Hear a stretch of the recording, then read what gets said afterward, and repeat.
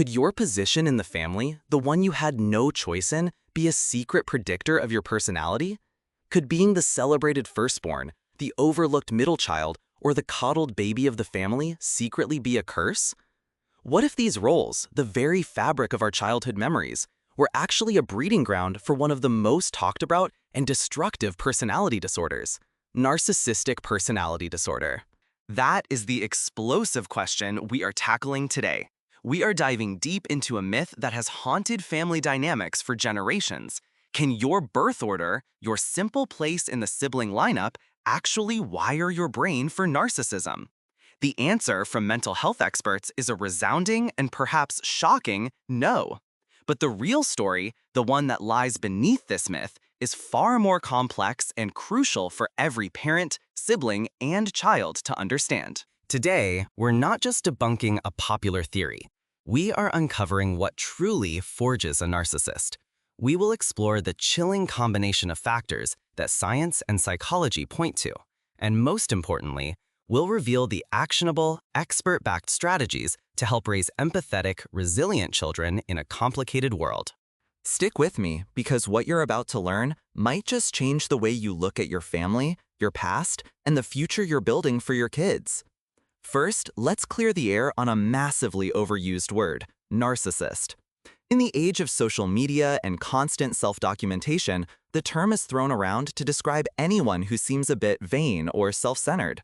We call our boss a narcissist after a tough meeting, or an ex-partner who is selfish. But mental health experts are waving a giant red flag, warning us that this casual use dangerously misunderstands a severe condition. Zoe Kinsey, a licensed mental health counselor, emphasizes that there is a vast chasm between having narcissistic moments and having a clinical diagnosis of narcissistic personality disorder, or NPD. Everyone has narcissistic moments. Think about that time you bragged a little too long about a major achievement at work, or when you sought extra attention and validation from your loved ones after a hard day. These are human behaviors. They aren't necessarily healthy in excess, but they don't make you a narcissist. NPD is an entirely different beast. It is a profound and pervasive personality disorder that leaves a trail of destruction. Kinsey provides a more formal definition. NPD is often characterized by extreme beliefs of grandiosity and self-importance. This isn't just confidence. It's a deep-seated, almost delusional belief that one is fundamentally superior to others, uniquely special, and that the normal rules of life simply do not apply to them. It's coupled with a severe, almost shocking lack of empathy.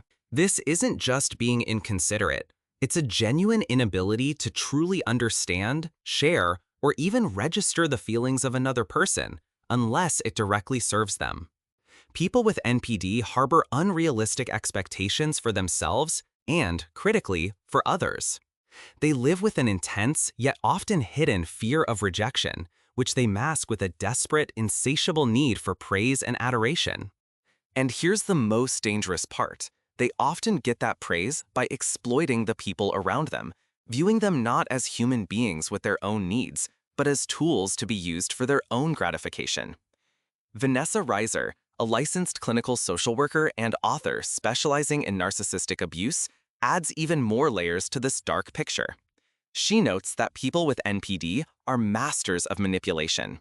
They tend to gaslight, systematically making you question your own perception of reality, your memory, and even your sanity, with phrases like, "that never happened," or "you're being too sensitive."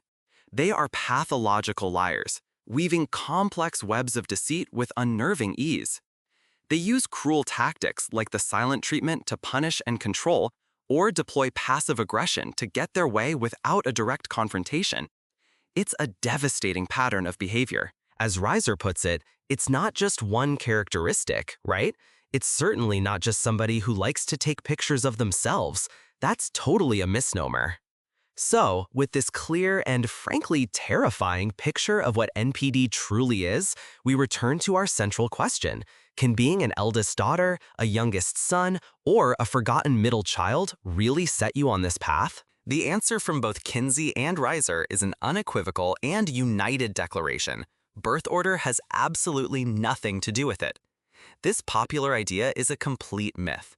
To illustrate just how flawed the birth order theory is, Kinsey presents a fascinating scenario. Imagine a typical three-child family. According to Western stereotypes, each child could, in theory, be at risk of developing NPD for entirely different reasons related to their position. Let's break it down. First, there's the eldest child. They're often idealized by their parents, placed on a pedestal as the golden child. They are the first to walk, talk, and succeed. Their achievements are celebrated with unmatched enthusiasm. This constant idealization, this pressure to be perfect and live up to parental dreams, could create a fragile sense of entitlement and an inflated ego, built not on internal self-worth, but on external validation. Their value becomes conditional on their performance, potentially increasing their risk. Then comes the middle child, often stereotyped as the overlooked one, the peacemaker or the rebel. While the eldest gets the praise and the youngest gets the attention, the middle child can feel invisible, struggling to find their place. This profound lack of parental attention, this feeling of being unseen and unheard, could create a deep-seated wound. This void might foster a desperate need to seek validation and admiration elsewhere, to become anything, exceptionally good or exceptionally bad, just to be noticed, a core trait of narcissism. Finally, we have the youngest child. The baby of the family is stereotypically babied, coddled, and spoiled.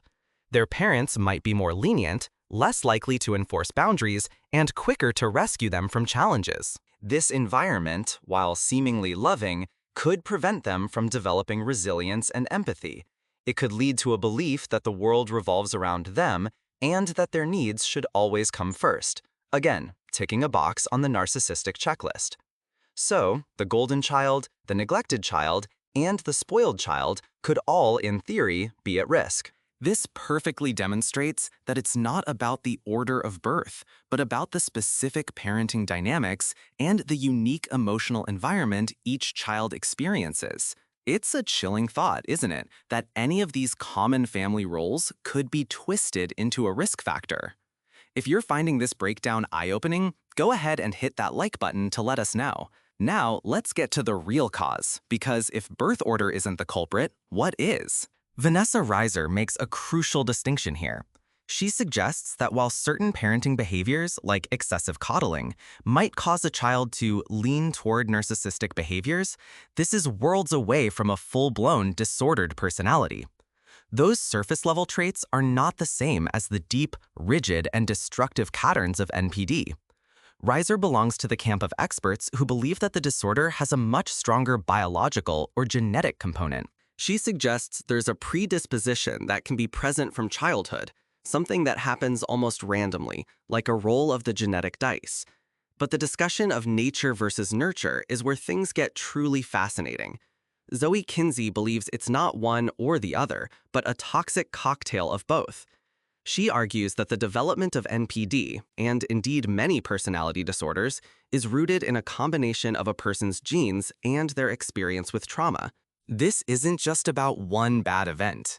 Kinsey is referring to specific categories of trauma that directly impact a child's developing sense of self and their ability to connect with others. These categories include attachment trauma, abuse, neglect, betrayal, and severe, consistent invalidation from parents or other primary caregivers. Let's think about what that means. Attachment trauma happens when a child's fundamental bond with their caregiver is insecure, chaotic, or broken. This is the very foundation of a child's sense of safety in the world. When it's fractured, everything else becomes unstable. Abuse can be overtly physical, emotional, or sexual, leaving obvious scars. But it can also be more subtle. Neglect is the absence of care. Not just the failure to provide food or shelter, but emotional neglect, where a child's emotional needs are consistently ignored. Betrayal is a profound breach of trust by the very people supposed to protect the child. And then there's severe invalidation, which can be one of the most insidious forms of emotional abuse. It's the constant message that a child's feelings, thoughts, and experiences are wrong, unimportant, or don't matter. It's hearing, "You're too sensitive, stop overreacting, or that's not what happened over and over until the child stops trusting their own inner reality. Kinsey's key point is this. If a person has a specific mix of genes and has also experienced trauma, they are absolutely at a higher risk of developing NPD than the general population. What one person's body registers as traumatic, another's may not.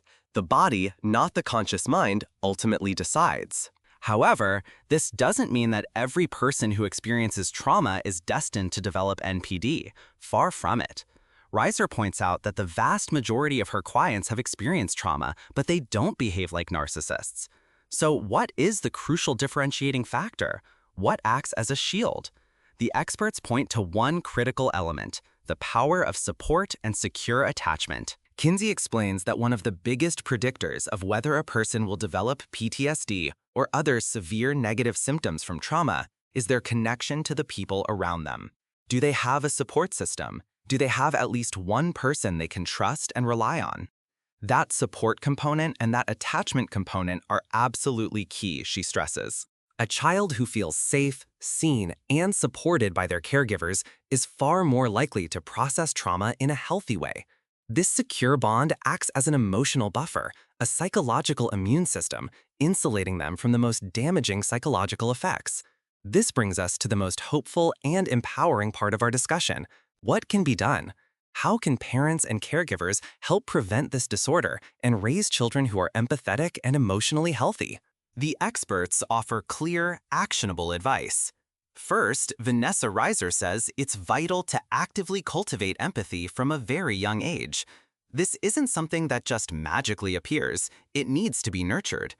You can do this by exposing children to people who are different from them, encouraging them to think about others' feelings by asking questions like, how do you think that made your friend feel? Or even caring for animals, which teaches responsibility and compassion. Second, Reiser highlights a crucial skill for the modern world, teaching children the difference between fact and fiction. We live in an age of alternative facts and misinformation, where reality can feel fluid.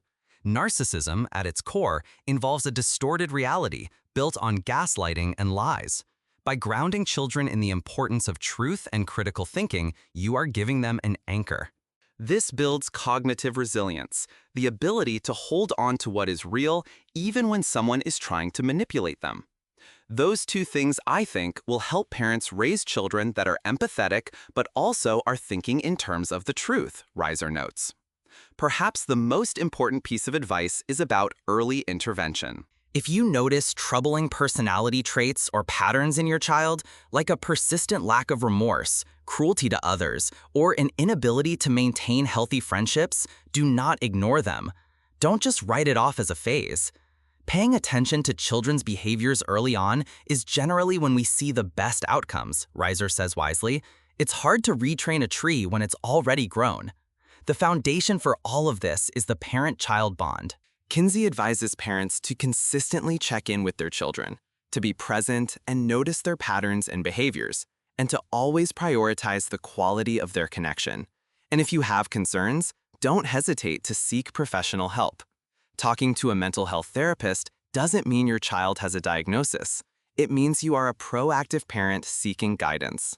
Understanding these dynamics is the first step to building healthier families and relationships. If you want more deep dives like this into the psychology that shapes our lives, make sure you subscribe so you don't miss a thing. In the end, the story of narcissism is not a simple tale about birth order. It's a complex and often tragic story about the collision of genetic vulnerability and childhood trauma. It's a story about broken attachments and the desperate, misguided ways a person might try to build a sense of self-worth in the aftermath. But it's also a story of hope. It shows us that through conscious parenting, by fostering empathy, by teaching truth, and by building unshakable bonds of love and support, we can protect our children. And for those who do develop this disorder, Kinsey adds a final, crucial note. Healing is possible. With professional support, people with NPD can learn to manage their condition and build healthier lives. The journey is difficult, but it's not impossible. So let's move past the myth of the narcissistic firstborn or the spoiled youngest child and focus on what truly matters: creating environments where every child, regardless of their birth order, feels safe, seen, and deeply loved. That is the most powerful antidote we